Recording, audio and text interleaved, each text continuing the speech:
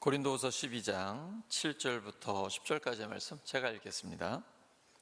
여러 계시를 받은 것이 지극히 크므로 너무 자만하지 않게 하시려고 내 육체에 가시 곧 사탄의 사자를 주셨으니 이는 나를 쳐서 너무 자만하지 않게 하려 하심이라.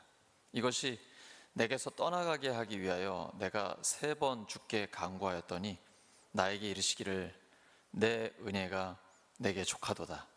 이는 내 능력이 약한 데서 온전하여짐이라 하신지라. 그러므로 도리어 크게 기뻐함으로 나의 여러 약한 것들에 대하여 자랑하리니 이는 그리스도의 능력이 내게 머물게 하려 함이라. 그러므로 내가 그리스도를 위하여 약한 것들과 능욕과 궁핍과 박해와 공고를 기뻐하노니 이는 내가 약한 그때의 강함이라. 아멘. 나는 약함을 기뻐합니다. 나는 약함을 기뻐합니다 라는 제목으로 하나님 말씀 전하겠습니다. 오늘 제 목소리가 좀 약하죠? 네, 컨셉이 아니고요, 어제 오후부터 조금 약해지더라고요. 아마 오늘 말씀 때문에 그런 은혜가 있지 않은가 싶거든요. 제가 간혹 예배를 드리기 전에 제가 좀 체력이 떨어진다 그럴 때가 있어요. 그러면 하나님, 오늘 제가 말씀을 전해야 되는데 어떻게 합니까? 하나님 도와주시옵소서. 그런 날은요, 하나님이 은혜를 주시더라고요. 근데 오늘은 거기다가 주제가 나는 약함을 기뻐합니다예요. 그래서 저는 저의 약함을 오히려 기뻐하는 거죠. 이럴 때 하나님의 역사가 나타난다면 그것은 제 능력이 아니에요. 하나님의 능력이죠. 지금 사도 바울은 자기 육체에 가시가 있어요. 이걸 사탄의 사자라고 표현해요. 그러니까 자기가 어떤 이해하지 못하는 악한 작용이 있다는 거죠. 그래서 사역에 방해도 받고 어려움도 있습니다. 하나님, 이거 좀 없애주세요. 3번을 간구했는데 하나님의 응답은 전혀 의외였어요. 내 은혜가 내게 족하도다. 나의 능력은 약한 데서 완전해진다. 이 말씀 듣고 바울이 크게 기뻐합니다. 내 기도대로 응답이 안 됐는데, 하나님이 거절하셨는데 오히려 크게 기뻐해요. 그리고 자랑합니다. 왜냐하면 내가 약하다는 걸 표현을 해줘야 하나님의 능력이 나타날 때 사람들이 오해하지 않아요. 내가 분명히 약한데도 하나님의 능력이 나타났잖아요. 그러면 사람들이 우와, 그 사람 능력이 대단하다 이렇게 오해할 수 있거든요. 그리고 과대평가할 수 있습니다. 근데 그렇지 않고 일부러 내 약함을 자랑하는 겁니다. 그러면 그때 나타나는 능력은 인간의 능력이 아니거든요. 오직 하나님의 역사입니다. 그래서 예수님을 믿는 사람은 위선하지 않습니다. 외식하지 않아요. 마치 약한데 강한 척 할 필요가 없습니다. 왜냐하면 오히려 약함은 우리에게 기쁨이 되고 우리에게 자랑이 되기 때문이에요. 내가 약할 때 강합니다. 이 영어 성경에 보면 When I am weak, then I am strong 이라고 아주 어구를 참 잘 만들어놨어요. 내가 약할 때 오히려 강하다는 얘기예요. 그래서 오늘날 사람들이 생각하는 것, 추구하는 것과는 반대로 가는 게 신앙생활입니다. 그리스도인은 역설적인 삶을 살아가요. 오늘날의 사람들은 다 힘을 숭배하잖아요. 힘의 논리가 지배하잖아요. 어린아이들도 그렇고요, 국가 간의 대결도 마찬가지입니다. 하지만 신앙의 생활은 전혀 달라요. 우리가 약할 때, 오히려 무력해졌을 때 하나님의 능력이 나타납니다. 그리고 하나님의 하나님 되심을 우리에게 보여주시는 거예요. 특별히 사도 바울은 살아있는데 천국을 갔다 왔습니다. 셋째 하늘이라고 표현했는데 낙원이라고 했죠. 그러니까 그곳에 가서 하나님 나라를 직접 보고 온 거예요. 근데 14년 동안 말하지 않았습니다. 그리고 말할 때도 마치 제3자가 이야기하는 것처럼 애매모호하게 짧게 언급하고 끝나요. 사람들이 오해할까 봐, 자기에 대해서 과대평가할까 봐 아주 가볍게 이야기합니다. 엄청나게 큰 계시를 받았기 때문에 자기에게 육체의 가시가 있는데 여기에 하나님의 뜻이 있다라고 그는 해석했습니다. 이해했어요. 나를 너무 자만하지 않게 하시려고 하나님께서 나를 지금 약하게 하셨다. 바울이 아무 문제 없었다면 엄청난 계시를 받았기 때문에 그가 교만할 가능성이 있다라는 것이죠. 사람은 겸손하기가 참 어렵습니다. 다른 사람들보다 뭘 조금만 더 잘해도 그게 마음으로 우쭐해지기 쉽거든요. 칭찬 한마디만 들어도요, 겸손하기가 굉장히 어려워요. 겸손하려면 하나님 앞에 정직해야 됩니다. 하나님의 하나님 되심을 명확히 알아야 돼요. 하나님을 알면 알수록 하나님 앞에 나 자신을 알게 됩니다. 그리고 나는 하나님 앞에 아무것도 아니라는 것을 깨닫게 되죠. 저절로 하나님 앞에 겸손해집니다. 그러면 내 삶에 하나님의 은혜가 머뭅니다. 그렇지 않고 하나님을 모르면 다 내 능력으로 했다고 생각해요. 내 힘으로, 내 노력으로 돈 벌었고, 내가 열심히 공부해서 내가 성적이 좋고 다 내가 했다라고 생각해요. 교만해집니다. 그러면 하나님은 교만한 자를 물리치시고 겸손한 자에게 은혜를 주시기 때문에 우리가 하나님의 은혜를 더 이상 받을 수가 없게 되는 것이죠. 그래서 내가 지금 약해졌습니까? 그 약함도 하나님의 은혜입니다. 약하면 약할수록 하나님 앞에 기도합니다. 왜냐하면 하나님밖에 의지할 분이 없기 때문입니다.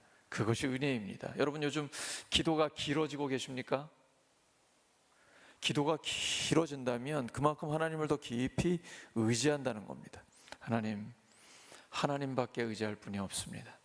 제가 지금 갖고 있는 이런 문제들, 기도의 제목들은 하나님이 아니면 풀 수 있는 사람이 아무도 없습니다. 그래서 깊이 하나님 앞에 머물게 되는 거예요. 그럴 때 하나님을 경험합니다.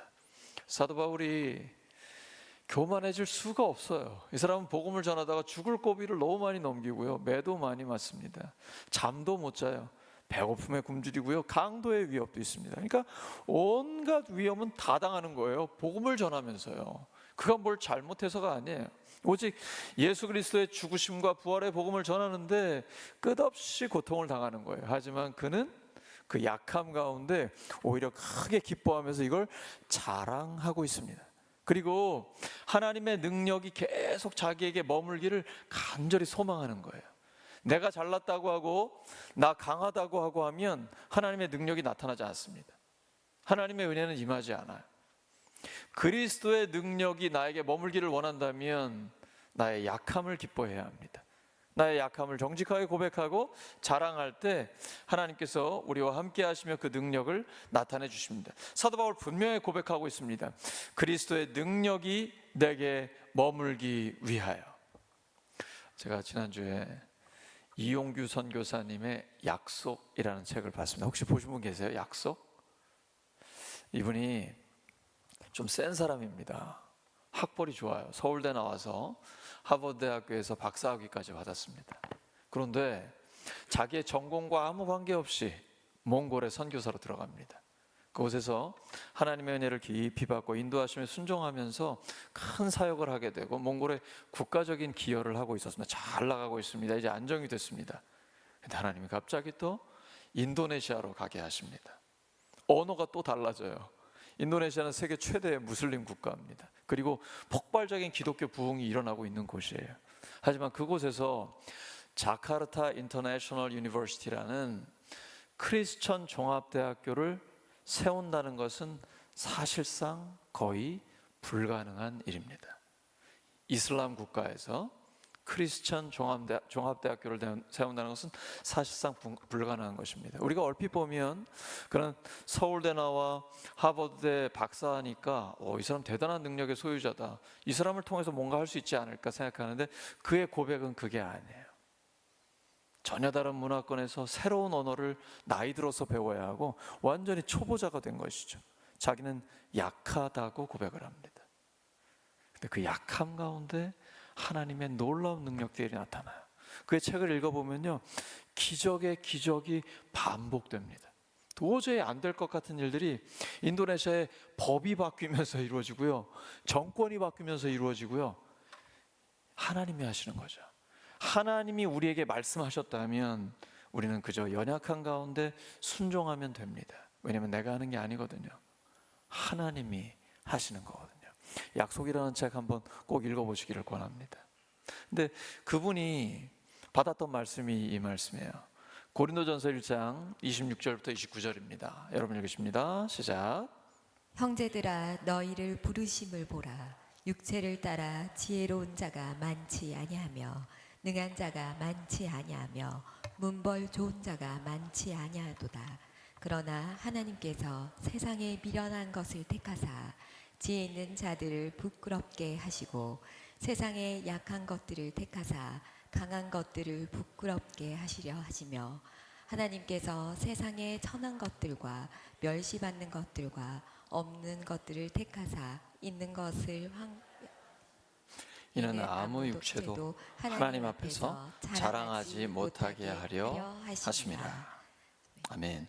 세상에 약한 것들을 택하사 강한 것들을 부끄럽게 하려 하시며, 하나님은 우리의 기도에 응답하십니다. 저는 확신합니다. 왜냐하면 너무나 많이 하나님을 경험했기 때문이에요. 근데 어떤 경우에는 내가 기도한 대로 하나님이 응답을 안 하실 때도 있어요. 약함이 그냥 남아있는 거예요. 하나님, 제 사역에 도움이 안 되는데 이거 좀 해결해 주세요. 사도 바울처럼 기도하는 거죠. 근데 여전히 우리에게 약함이 있지 않습니까? 사람은 다 약한 부분이 있잖아요. 근데 그걸 다른 사람에게 보이고 싶어 하지 않죠. 왜냐하면 세상은 약한 자를 무시하거든요.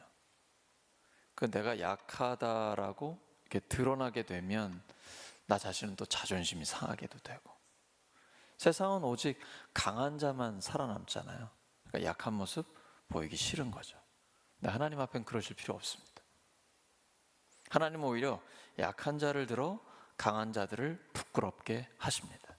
우리의 약함은 오히려 하나님을 깊이 경험하는 도구가 됩니다. 나의 약함도 하나님의 은혜입니다. 오히려 나의 여러 약한 것들을 크게 기뻐하고 자랑합니다. 왜냐하면 나는 약할 때 강하기 때문입니다. 사도 바울이 비록 자기가 기도한 대로 응답을 받지 못했지만 하나님의 진리를 깨달았습니다. 하나님의 능력은 약한 데서 완전해진다라는 것입니다. 엄청난 진리죠. 우린 전능하신 하나님이 우리에게 모든 것을 해주실 수 있기 때문에 내게 능력 주시는 자 안에서 내가 모든 것을 할 수 있다 외치고, 믿는 자에게는 모든 것이 가능하다 믿고 담대하게 나아갑니다. 그런데 어떤 때는 약함이 그냥 남아있는 때가 있거든요. 이걸 어떻게 해결해야 될까? 수많은 크리스찬들의 기도의 제목이고 궁금증이거든요. 근데 바로 사도 바울을 통해 하나님께서 그 진리의 말씀을 우리에게 주셨습니다. 고통과 약점이 아니고 그 가운데 임하는 하나님의 은혜가 우리의 인생을 결정합니다. 우리가 약할 때 하나님의 은혜가 더 풍성히 내립니다. 우리가 약해지면 더욱 기도하게 됩니다. 내가 평소에 아무 문제 없을 때는 그렇게 기도에 절실하지 않아요.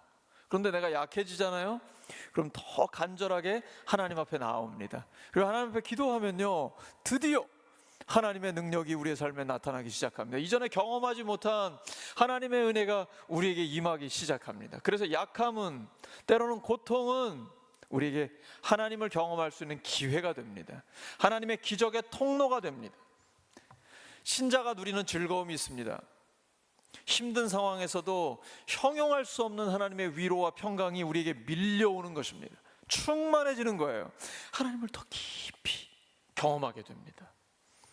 영적인 세계에서는 불완전함, 연약함이 훨씬 더 좋은 상태입니다. 저도 좀 완벽주의적 성격이 있습니다. 경향이 좀 있어요. 근데 교회가 완벽합니까? 여러분, 교회는요, 어린아이들부터 어르신들까지, 그리고 모이신 분들이 전부 다 다양해요. 다 다양합니다. 그래서 자원에서 모인 성도님들의 사역이고 활동이기 때문에 교회는 어떨 때 보면 좀 무질서해 보여요. 하지만 그 안에 성령의 역사가 있습니다. 너무 막 군대처럼 이렇게 각 잡아가지고 딱 그렇게 하려고 하지 마세요. 저도 성격이 사실은 그게 저한테는 맞는데 그러시면 안 돼요. 교회는 다양성 속의 일치입니다. 다양한 사람들이 인종과 민족과 나이, 성별, 그리고 부의 정도, 학력의 차이, 이 모든 것이 다 달라도 오직 예수 그리스도의 십자가와 부활의 복음으로 하나가 되는 거예요. 근데 주님이 생명을 내어주셔서 우리를 하나 되게 하셨거든요. 이걸 지키는 건 우리의 몫입니다. 그래서 성령께서 하나 되게 하신 것을 힘써 지키라고 하셨어요. 왜 힘쓰라고 하셨을까요? 본능적으로 못합니다. 자연스럽지 않아요. 왜냐하면 우리는 죄를 짓고 하나님의 형상을 잃어버렸거든요. 예수님의 십자가와 부활로 회복이 됐는데 우리 안에 죄성이 남아있단 말이에요. 자꾸 자기 주장을 하려고 해요. 자기 고집을 피우려고 해요. 이걸 십자가에 못 박아야 됩니다. 그리고 나를 내려놓고 주님 앞에 머물러 주님의 뜻이 이루어지기를 간절히 소망하면 그때부터 일치된, 단합된 교회의 강력함이 나옵니다. 그러니까 교회는 무질서해 보이는데 하나가 돼요. 복음, 예수님, 하나님의 뜻, 사랑, 믿음, 소망, 이렇게 본질적인 이야기가 나오면 딱 하나가 됩니다. 이게 건강한 교회예요. 건강한 교회는 약한 것 같지만 강합니다. 왜냐하면 우리의 약함 가운데 하나님의 능력이 머물기 때문이에요. 그래서 약함은 불행이 아니고 하나님이 주시는 복입니다. 고통도 복입니다. 그 고통 가운데 하나님을 깊이 경험할 수 있기 때문에 우리가 건강하고 우리 젊은이들 말이에요, 막 며칠씩 밤새도 멀쩡하거든요. 근데 연약해지잖아요. 연약해지면 그때 십자가의 사랑을 깊이 체험하게 됩니다. 평소에 모르다가 우리가 너무 힘들고 아프면은 예수님은 얼마나 힘드셨을까? 참 하나님이 참 사람이 되어 오셨는데 우리와 똑같이 느끼고 감정도 갖고 계시고 시험도 다 당하시는데 우리 대신 십자가에서 그 못 박히고 채찍에 맞고 그 가시관을 쓰시고 그 고통을 우리 대신 다 당하셨는데 예수님이 고통을 당하셔서 우리가 고통으로부터 자유로워질 수 있었구나, 이런 깨달음을 얻게 되는 것이죠. 그래서 고통은 하나님을 더 깊이 경험할 수 있는 기회입니다. 그래서 사도 바울은 내가 그리스도의 남은 고난을 내 육체에 채웠다라고 얘기합니다. 내 몸에는 그리스도의 흔적이 있다라고 고백합니다. 그러니까 예수님을 잘 믿는다라는 것, 믿음이 좋다라는 것은 내가 주님을 위해 얼마나 고난을 당하고 있는가를 보면 됩니다. 근데 거꾸로 생각하시는 분들이 있어요. 믿음이 좋으면 세상적인 복을 많이 받는다라고 생각하시는 분들이 있어요. 물론 세상적인 복을 주시기도 합니다. 그걸 통해 하나님 나라를 위해 쓰임 받으라는 것이죠. 그런데 진짜 예수님을 잘 믿는다라는 것은 그리스도를 닮아 주님을 위해서 얼마나 많은 고난을 당하고 있는가, 그거를 보면 됩니다. 예수님 말씀하셨거든요. 누가복음 9장 23절에요. 아무든지 나를 따라오려거든 자기를 부인하고 날마다 자기 십자가를 지고 나를 따를 것이냐. 이게 제자의 길이에요. 예수님의 제자가 가는 길은 영광의 길이 아니에요. 지금 이 땅에서 살아가는 길은 고난의 길이에요. 하지만 마지막에 영광이 있는 것이죠. 그래서 사도 바울이 외칩니다. 사랑하는 제자 디모데에게 이렇게 고백해요. 내가 나의 달려갈 길을 마치고, 내가 선한 싸움을 싸우고 나의 달려갈 길을 마치고 믿음을 지켰으니 이제 후로는 나를 위하여 의의 면류관이 예비되어 있다. 의로우신 주님이 나에게 그 면류관을 주실 것이다. 이게 신앙생활이거든요. 선한 싸움을 싸우는 거예요. 영적인 전쟁입니다. 누구랑 싸우십니까? 사람과는 절대로 싸우면 안 됩니다. 이건 영적인 전쟁을 파악하지 못한 거예요. 영적인 전쟁은 사람과 싸우는 게 아니에요. 그 사람 배후에 있는 악한 영, 마귀와 싸우는 것입니다. 그러므로 기도와 말씀 외에는 이 마귀를 이길 수 있는 방법이 없어요. 오직 말씀에 순종하고 기도할 때에 악한 영은 떠나가게 되어 있습니다. 그래서 선한 싸움을 싸운다. 근데 가장 큰 대적은 누굴까요? 일단 사람 아닙니다. 마귀도 아닙니다. 선한 싸움, 영적인 전쟁의 가장 큰 대적은 누굴까요? 자기 자신입니다. 나와의 싸움이에요. 결국 나의 죄성, 나의 옛사람, 옛자아, 이게 죽어야 됩니다. 사도 바울의 최고의 신앙 고백, 갈라디아서 2장 20절이죠. 내가 그리스도와 함께 십자가에 못 박혔나니 죽었다는 얘기예요. 내가 죽으면 문제는 다 해결됩니다. 나에게 가장 무서운 적, 마지막까지 나를 붙들고 있는 가장 큰 대적은 나 자신입니다. 극기 하셔야 돼요. 선한 싸움은 나 자신과의 싸움을 이기는 거예요. 계속 세상을 향하려고 하고 세상적인 기준으로 세속적인 형통함을 누리려고 하는 나의 그 생각을 하나님께 사로잡아 와야 합니다. 내가 나 자신을 하나님 앞에서 십자가에 못 박으면 그 다음부터는 세상에 있는 다른 사람들도 하나님께로 인도해 올 수 있습니다. 그래서 모든 생각, 잘못된 사상, 문화, 가치관, 세속적 세계관을 그리스도 앞에 무릎 꿇게 할 수 있는 것입니다. 먼저 내가 주님 앞에 무릎 꿇어야 합니다. 이 선한 싸움을 마지막까지 싸우는 것입니다. 선줄로 생각하는 자 넘어질까 조심하라. 두렵고 떨림으로 너희 구원을 이루라. 나의 달려갈 길을 마치고 믿음을 지켰으니.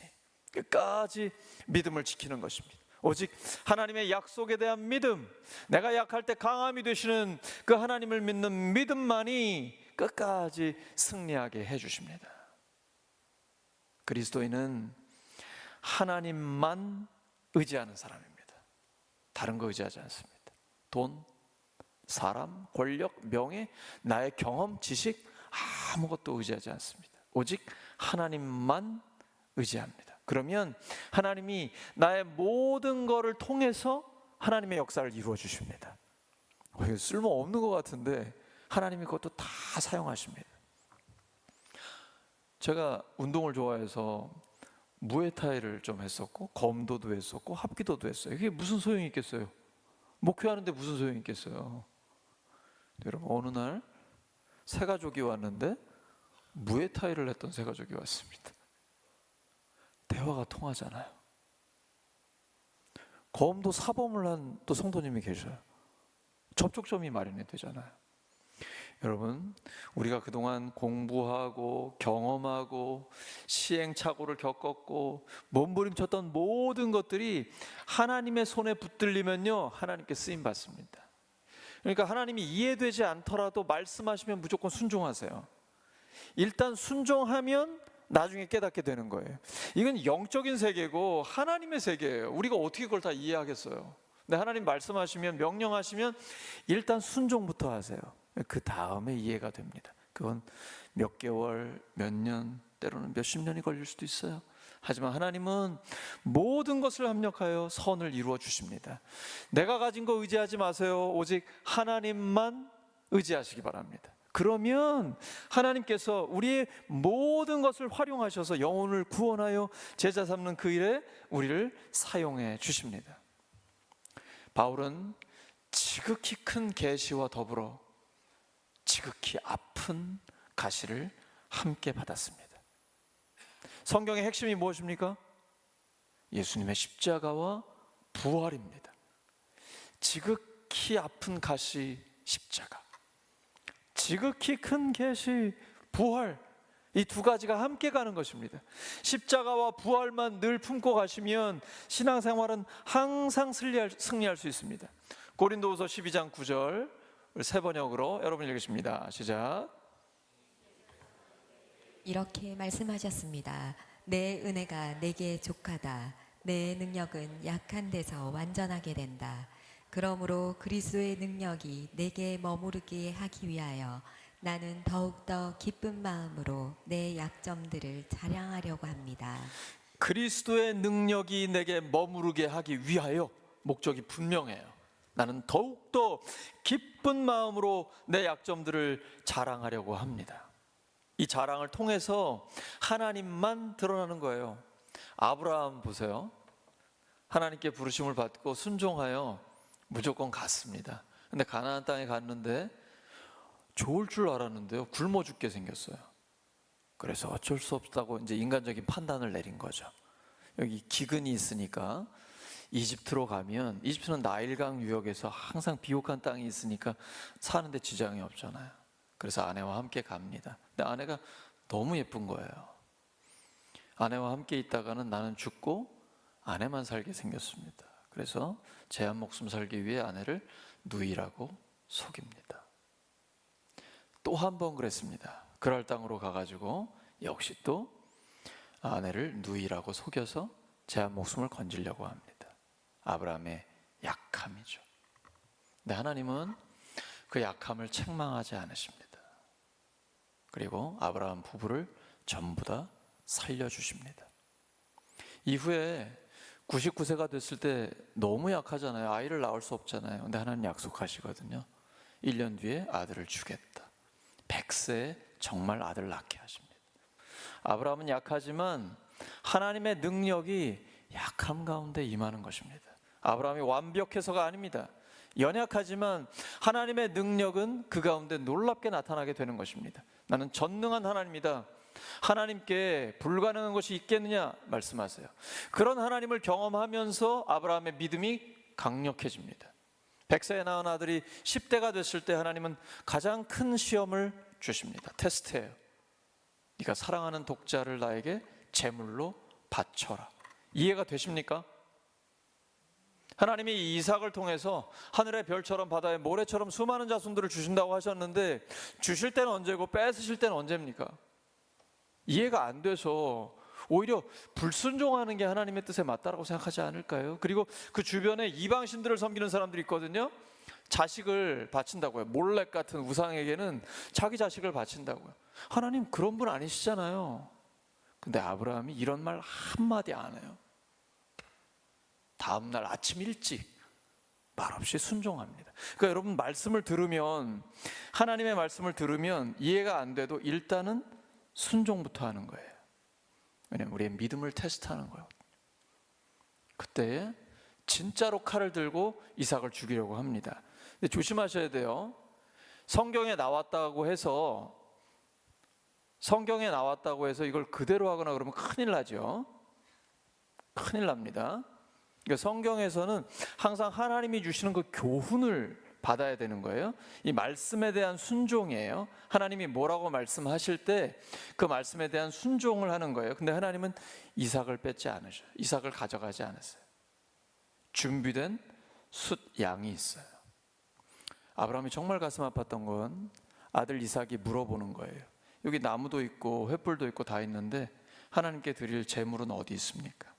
그때 아브라함이 하나님께서 하나님 자신을 위하여 준비하실 거야.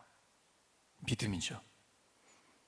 만약에 이삭이 간다고 해도 하나님은 이삭을 다시 살려주실 것이다라는 그 믿음. 이 믿음이요 처음부터 이렇게 강했던 게 아닙니다.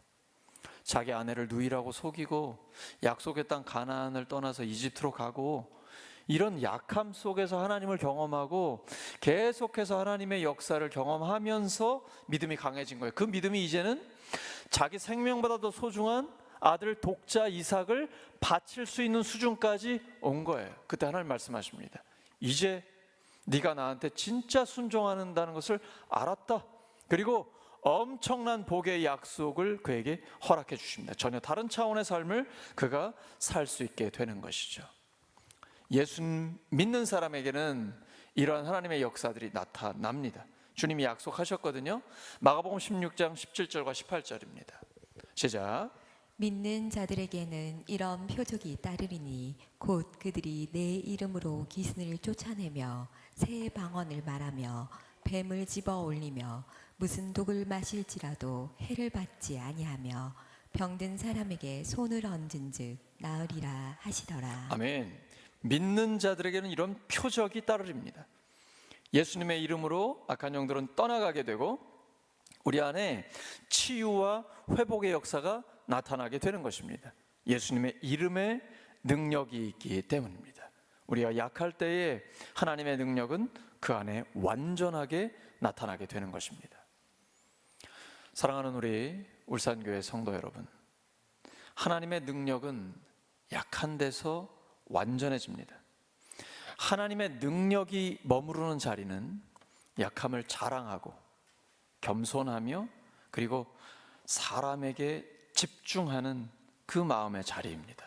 영혼을 구원하기 위해서 그들을 위하여 기도할 때 하나님의 능력이 우리에게 머뭅니다. 이 마음을 품어서 하나님의 능력이 머무는 삶을 사시기를 예수 그리스도의 이름으로 축원합니다. 이 시간 함께 기도합니다. 하나님의 말씀을 붙들고 또한 성찬 예식을 위해서 하나님 앞에 간절히 기도하겠습니다. 하나님 아버지, 우리의 약함을 하나님 앞에 솔직하게 고백합니다. 하나님의 능력은 약한 데서 완전해진다고 하셨습니다.